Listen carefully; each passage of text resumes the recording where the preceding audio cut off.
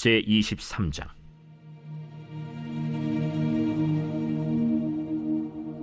사람들이 다윗에게 전하여 이르되, 보소서, 블레셋 사람이 그일라를 쳐서 그 타작마당을 탈취하더이다.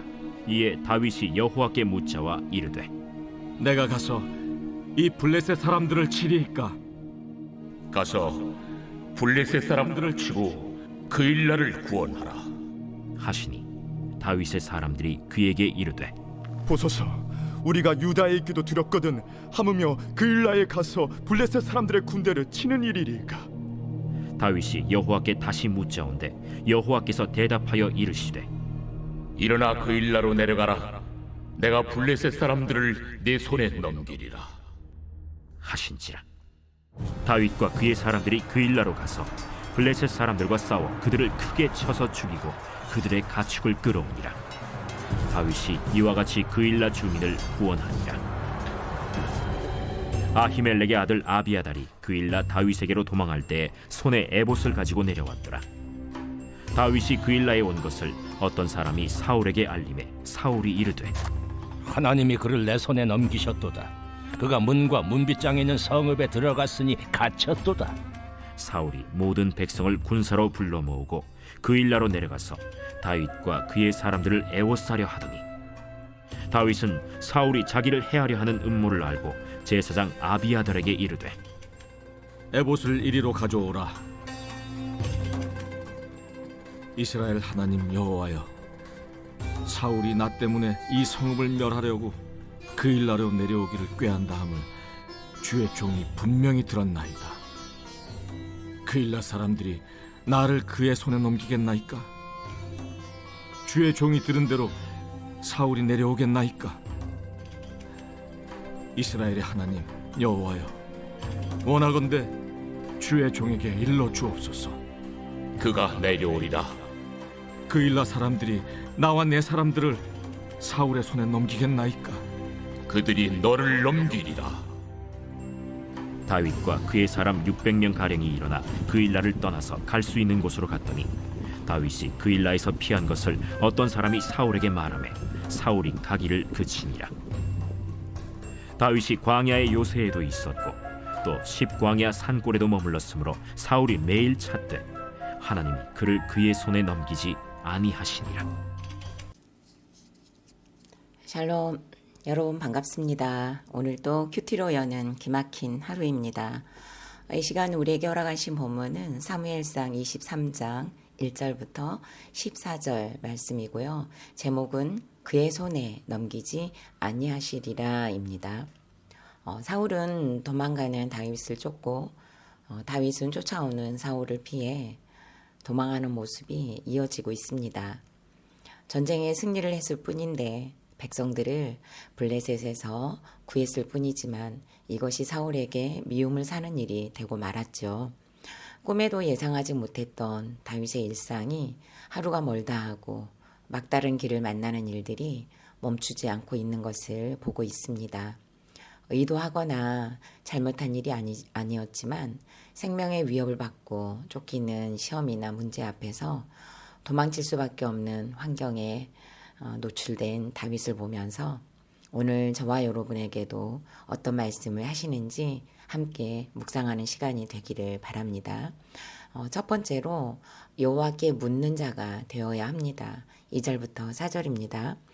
이에 다윗이 여호와께 묻자와 이르되, 내가 가서 이 블레셋 사람들을 치리이까?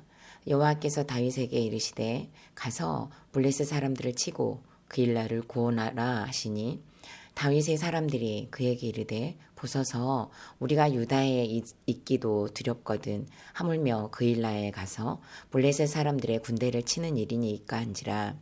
다윗이 여호와께 다시 묻자온데 여호와께서 대답하여 이르시되, 일어나 그일라로 내려가라. 내가 블레셋 사람들을 내 손에 넘기리라 하신지라. 아멘. 사울과 다윗을 보면 명확하게 상반된 모습을 보이고 있죠. 사울은 쫓아가고 다윗은 도망다닙니다. 그리고 사울은 끊임없이 사람들이 하는 말에 귀를 기울이죠. 그리고 그 말에 의해 다윗을 추격합니다. 그러나 다윗은 하나님께 묻고 물으며 가고 있습니다.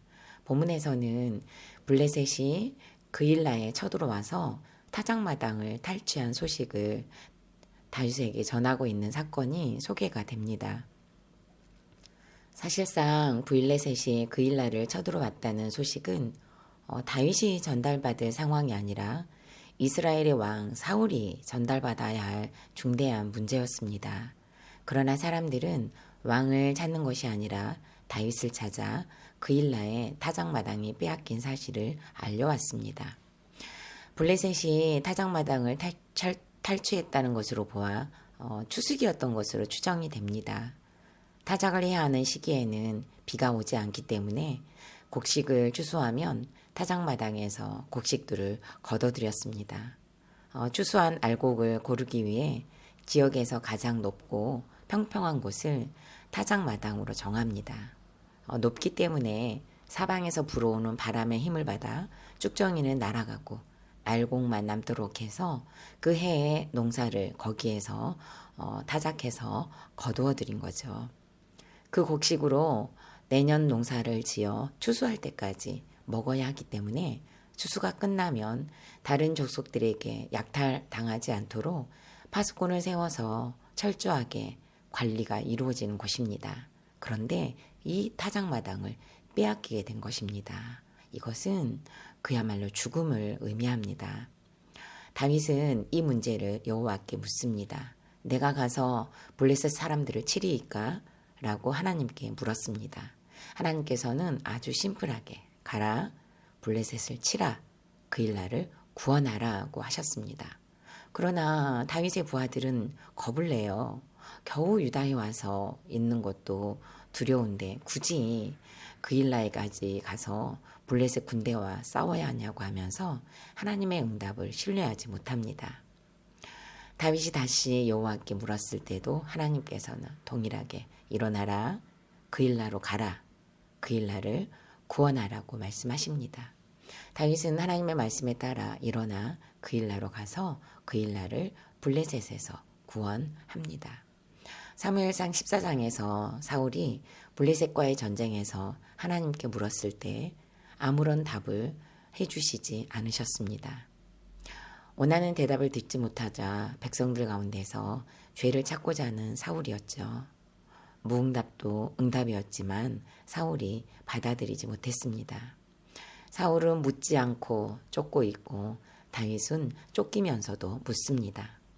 도망 중에 있었지만 목숨과도 같은 타작마당을 잃을 뻔한 그일라를 위해서 여전한 방식으로 묻는 다윗입니다.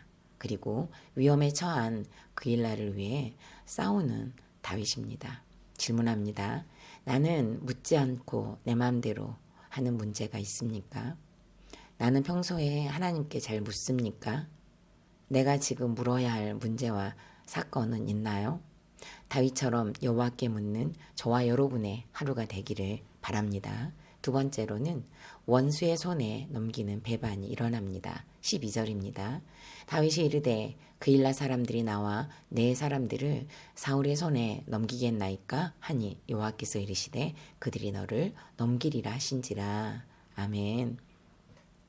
조금 전에 그일라를 구한 것은 사실상 사울을 도운 일이거든요.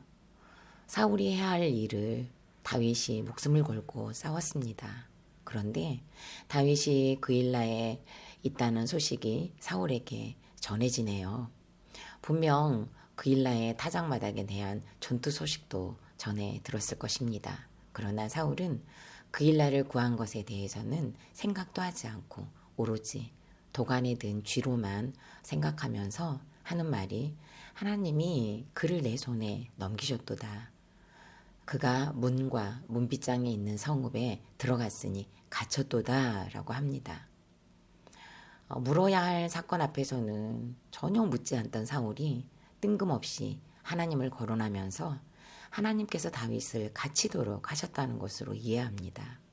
이처럼 사울은 하나님의 뜻을 제대로 알지 못하면서 자기 방식대로 사건을 해석하고 이해하고 받아들이고 있습니다. 지금 사울의 말을 직역하자면 하나님께서 다윗을 내 손에 파셨다라는 뜻입니다. 다윗이 유다의 국경 지역에서 체류하고 있을 때에는 체포하기가 어려웠는데 지금은 성 안으로 들어왔기 때문에 성 주민들이 사울의 편이 되어준다면 다윗을 잡는 것은 시간 문제라는 생각을 했었던 것 같습니다. 이제 사울은 공개적으로 군사를 모아요 다윗을 잡으려고 합니다. 왕의 신분을 악용하여 다윗을 죽이려는 음모를 꾸밉니다. 반면 다윗은 하나님께 묻고 왔는데 점점 상황이 어려워집니다. 다윗은 여전한 방식으로 아비아달에게 에봇을 가지고 오라고 해요. 그것은 지금 벌어진 일을 여호와 하나님께 다시 묻겠다는 것입니다. 하나님의 응답은 그들이 너를 넘기리라 였습니다. 목숨을 담보로 걸고 그일라를 구했는데 자신들을 구한 다윗을 사울에게서 보호해주지 않습니다. 오히려 포로로 삼고 사울에게 넘기려고 하는 그일라 사람들을 봅니다. 다윗은 하나님께 받은 응답으로 더 이상 그일라에 머물지 않고 길을 나섭니다. 22장에서는요 400명이었던 공동체가 23장에 와서는 600명이 되었습니다. 어느새 악한 사울을 떠나 다윗에게 나온 공동체가 생겼습니다. 그리고 이들은 함께 했습니다. 사울이 올 수 없는 곳이면 어디든 함께 했습니다. 광야도 함께여서 두렵지 않았던 것 같습니다. 사울이 매일 다윗을 찾았지만 하나님께서 다윗을 사울의 손에 넘기지 않으셨습니다. 배반의 위기에서 더욱 강성해지며 광야에서 더욱 강건해지는 다윗 공동체가 되어가고 있습니다. 지난 주일에는 아름다운 화해로 야곱과 에서의 화해가 이루어지는 본문으로 설교를 해주셨습니다. 특히 가정 안에서는 다른 집의 부모나 자식을 비교하여 신화를 꿈꾸며 가족 신화를 만든다는 말씀도 해주셨습니다.